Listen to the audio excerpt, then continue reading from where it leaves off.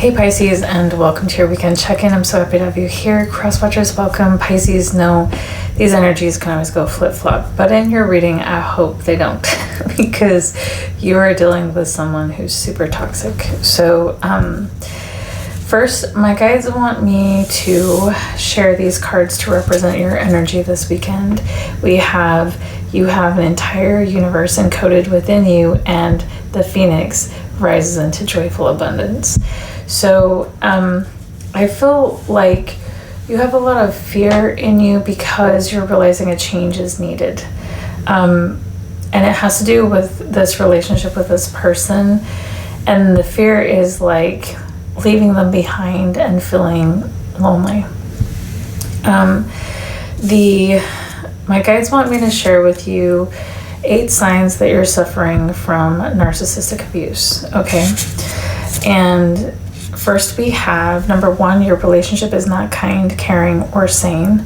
Number 2, you're dealing with immature behavior and give up pieces of yourself to comply. 3, you're angry, disjointed, and behaving in ways you normally don't. 4, you find yourself trying to prove you're a good person, and the person you're dealing with make points that make no sense. Number 5, you are mopping up their messes. Number 6, your boundaries are being disintegrated. Number 7, you feel addicted to the trauma bond.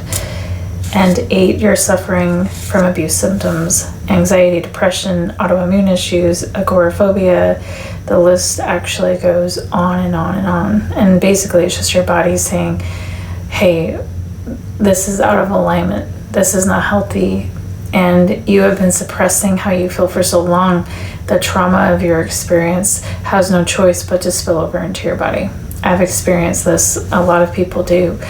And then this reads, how bad does it have to get before we awaken to the truth? If someone in your life doesn't share your values and doesn't care about your feelings, then it's not a healthy relationship for you. As soon as we try changing other people, it's time to pull away and say to ourselves and them, this is who I am and what I need to continue. You may lose a lot by leaving, as many of us have, but by leaving, we can finally achieve inner peace. So I feel like, yeah, you're feeling called to leave, like it's time to rise from this, but there is a fear of loneliness.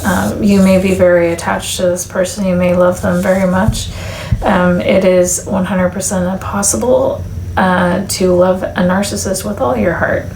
I've done it many times, but it's almost like you need to love yourself more this time. And I think you know this intuitively.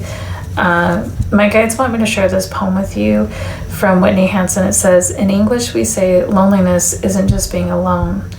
In poetry we say my loneliness isn't an absence.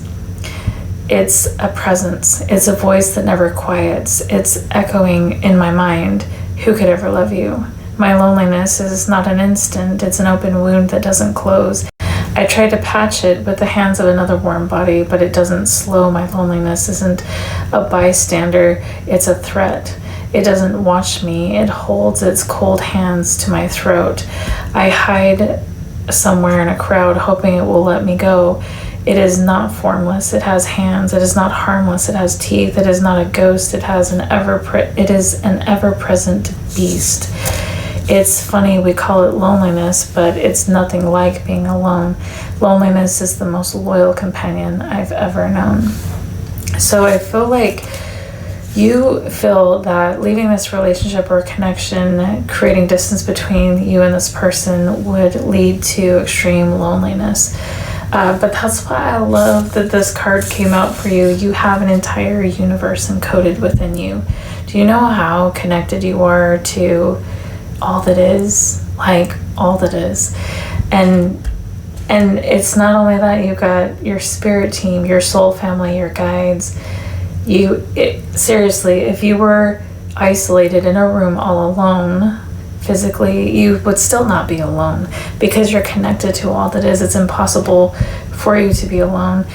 And yes, you may fear detaching from this toxic energy to save yourself, but you deserve saving. And and loving and nurturing. And if you're with someone who does not give you that, then it's time to go. And I feel like you know that. And now, the energy that you're connected to, Lord help us, okay? We have, you decided to wake up, or else why did you draw me? This person, so this card does not mean this, but this person may say things kind of like this to you. You decided to do this, and that means this, and they tell you what it means.